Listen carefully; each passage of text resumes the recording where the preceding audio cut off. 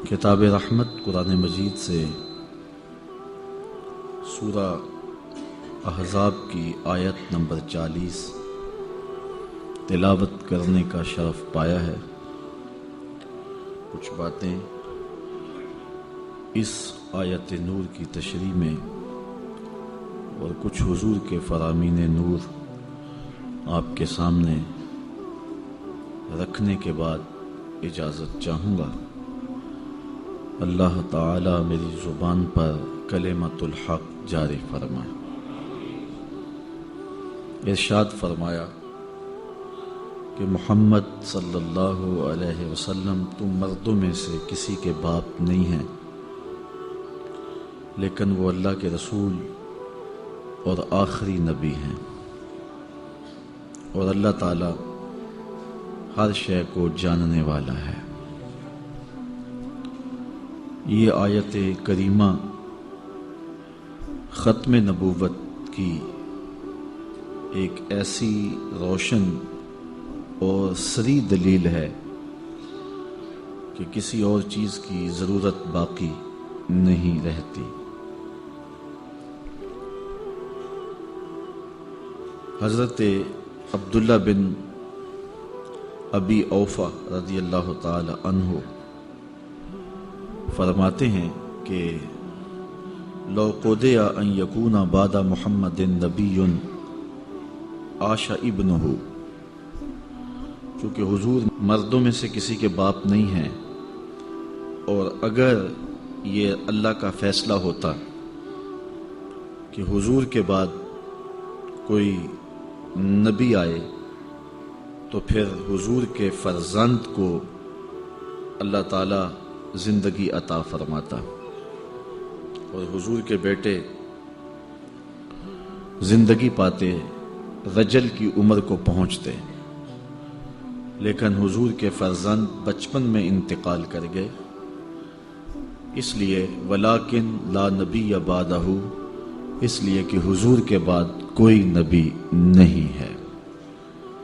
کتنے نبی ہوئے ہیں جن کے بیٹے بھی بعد میں نبی ہوئے ہیں، نبیوں کے سلسلے رہے ہیں۔ حضرت ابراہیم نبی، ان کے بیٹے نبی، حضرت اسماعیل بھی نبی، حضرت اسحاق بھی نبی۔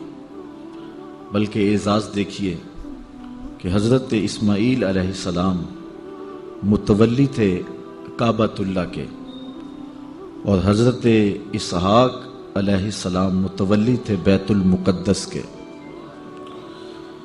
حضرت ابراہیم کا ایک بیٹا کعبہ کا امام ہے اور دوسرا بیٹا بیت المقدس کا امام ہے۔ پھر حضرت اسحاق کے بیٹے حضرت یعقوب، وہ بھی نبی۔ حضرت یعقوب کے فرزند حضرت یوسف علیہ السلام، وہ بھی نبی۔ سلسلۃ الذہب ہے، سونے کی کڑیاں ہیں۔ تو نبیوں کو نبی بیٹے عطا کیے گئے۔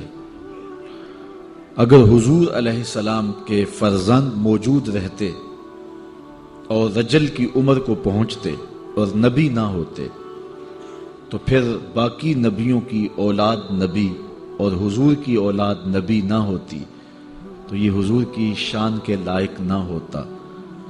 اگر نبوت کا اجرا ممکن ہوتا تو حضور کے فرزند زندہ رہتے، لیکن چونکہ حضور کے بعد نبوت باقی نہیں ہے، اس لیے حضور کے تینوں فرزند یکے بعد دیگرے بچپن میں ہی انتقال کر گئے۔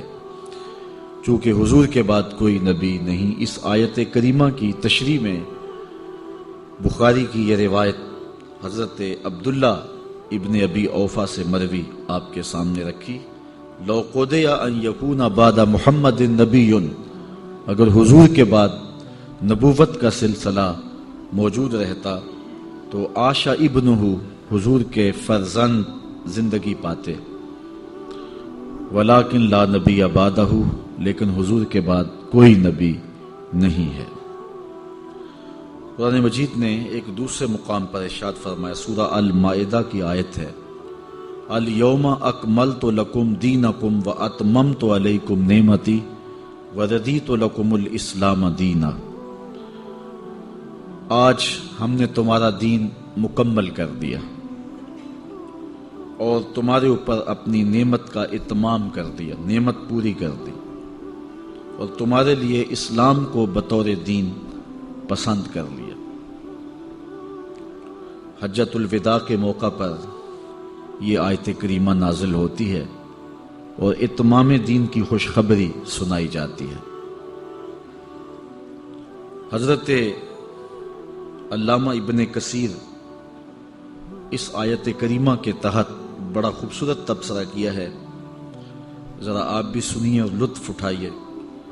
ھذہ اکبر نعم اللہ تعالی علی ھذہ الامہ، فرماتے ہیں کہ یہ نعمت اس امت پر اللہ نے انعام کی ہے، یہ سب سے بڑی نعمت ہے، بہت بڑی نعمت ہے جو اللہ نے عطا کی ہے۔ حیث اکمل تعالی لہم دینہم، کہ ان کے دین کو اللہ نے مکمل کر دیا۔ فلا یحتاجون الی دین غیرہ، تو وہ اب کسی اور دین کے محتاج نہیں رہے۔ فلا یحتاجون الی دین غیرہ، اب کسی دین کی انہیں حاجت نہیں رہی۔ ولا نبی غیر نبیہم، اور حضور کے علاوہ اب کسی اور نبی کی حاجت نہیں رہی، صلوات اللہ تعالی وسلامہ۔ ولہذا جعل اللہ خاتم الانبیاء، اس لیے کہ اللہ نے محبوب علیہ السلام کو خاتم الانبیاء بنایا۔ وبعثہ الی الانس والجن، اور جن و انس کی طرف حضور کو مبعوث فرمایا۔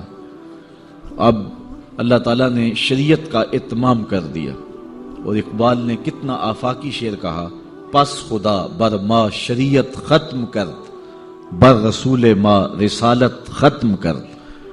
اللہ نے ہمارے اوپر شریعت ختم کر دی اور ہمارے رسول پہ رسالت ختم کر دی۔ حضرت سیدنا ابو بکر صدیق رضی اللہ تعالیٰ عنہ کے زمانے میں جب کچھ لوگوں نے زکوٰۃ دینے سے انکار کیا تو حضرت صدیق اکبر رضی اللہ تعالیٰ عنہ فرمانے لگے کہ میں اتنی دیر تک لڑوں گا، اگر وہ ایک رسی بھی زکوٰۃ میں دیا کرتے تھے، جب تک وہ وصول نہیں کر لیتا اتنی دیر تک میں اس سلسلے کے اندر لڑائی کروں گا اور زکوٰۃ وصول کروں گا۔ تو اس موقع پہ آپ نے ایک تاریخ ساز جملہ ارشاد فرمایا۔ حضرت ابو بکر صدیق نے فرمایا، قد انقطع الوحی وتم الدین، وحی منقطع ہو گئی، اب وحی نہیں آئے گی اور دین مکمل ہو گیا۔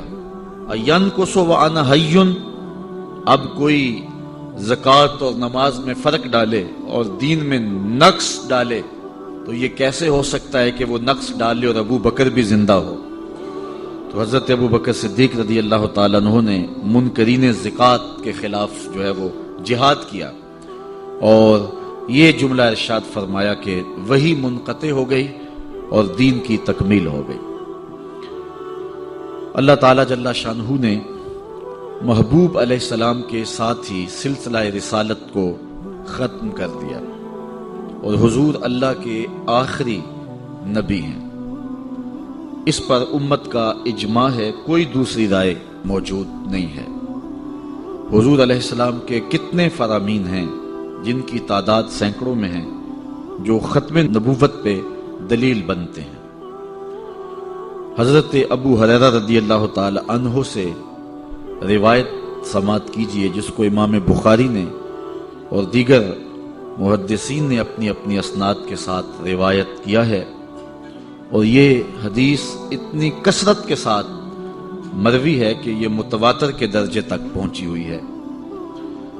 حضرت ابو ہریرہ رضی اللہ تعالی عنہ سے معروف روایت ہے، آپ نے پہلی بار مجھ سے نہیں سنی، متعدد مرتبہ یہ علماء سے سماعت کر چکے ہیں۔ حضور نے ارشاد فرمایا، ان مثلی و مثل الانبیاء من قبلی، کہ میری اور میرے سے قبل جو نبی گزرے ہیں ان کی مثال ایسے ہے کمثل رجل بنا بیتن، جس طرح کسی شخص نے گھر بنایا، فاحسنہ واجملہ، اس کو خوبصورت بنایا اور جمیل و حسین بنایا، الا موضع لبنہ، لیکن ایک اینٹ لگانا چھوڑ دی، من زاویۃ، ایک گوشے سے، فجعل الناس یطوفون بہ ویتعجبون لہ، لوگ اس میں گھوم پھر کے دیکھتے ہیں اور اس معاملے کو دیکھ کے تعجب کرتے ہیں کہ اتنا خوبصورت گھر، آرائش، زیبائش، خوبصورتی، جمال، حسن، لیکن یہ جگہ کیوں چھوڑ دی گئی ہے، یہاں کچھ نہیں لگایا گیا۔ وَيَقُولُونَ، اور وہ کہتے بھی ہیں، ہَلَّا وُضِعَتْ هَٰذِهِ اللَّبِنَةُ، یہ اینٹ کیوں نہیں لگائی گئی؟ قَالَ، حضور نے ارشاد فرمایا، فَأَنَا اللَّبِنَةُ، میں قصر نبوت کی وہ آخری اینٹ ہوں، وَأَنَا خَاتَمُ النَّبِيِّينَ، اور میں آخری نبی۔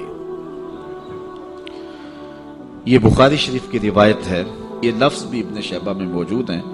حضور نے فرمایا فجئت انا، بس میں آیا، فاتممت تلک اللبنہ، اور اس خالی جگہ کو پر کر دیا، تو قصر نبوت مکمل ہو گیا۔ حضور وہ آخری اینٹ ہیں قصر نبوت کی، اور حضور کے بعد اب نہ کسی نبی کی گنجائش ہے، نہ کسی رسول کی گنجائش۔ حضرت ابو ہریرہ رضی اللہ تعالی عنہ سے معروف روایت ہے، جس کو امام بخاری نے، امام مسلم نے، ابن ماجہ نے اور دیگر لوگوں نے روایت کیا ہے۔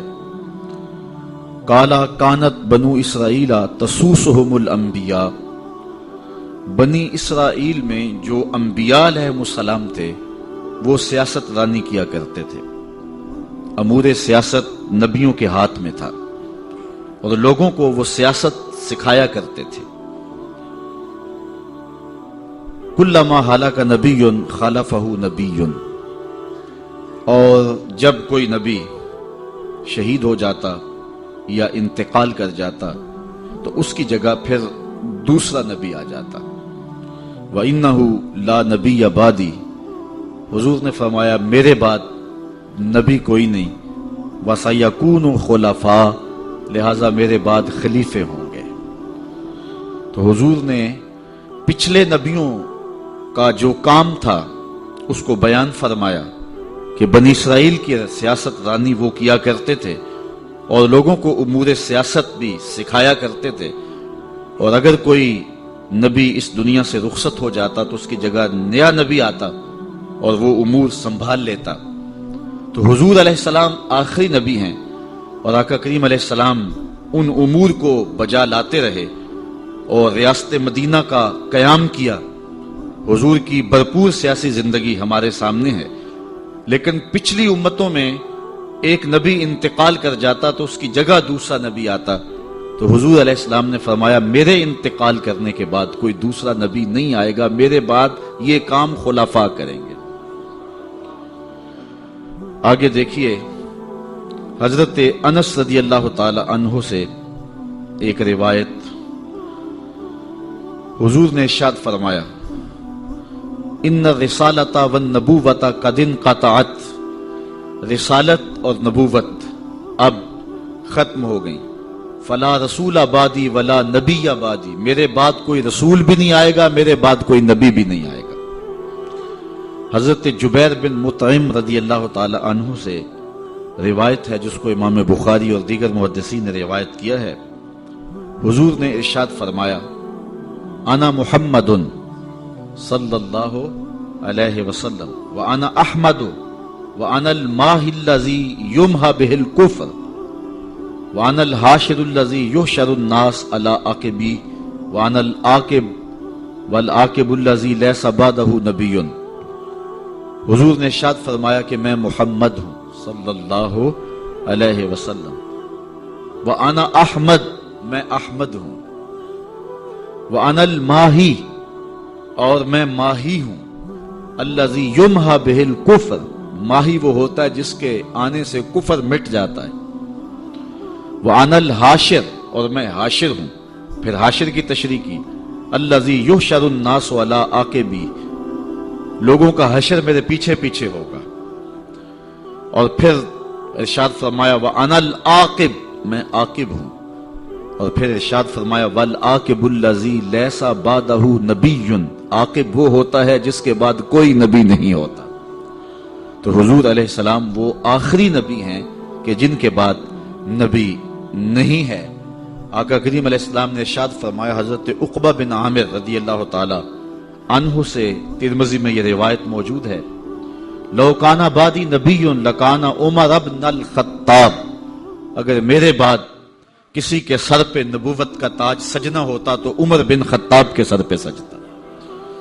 چونکہ میرے بعد کوئی نبی نہیں ہے تو اس لیے عمر بھی نبی نہیں ہوں گے۔ اگر سجتا ہوتا کسی کے سر پہ نبوت کا تاج تو وہ عمر کے سر پہ سجتا۔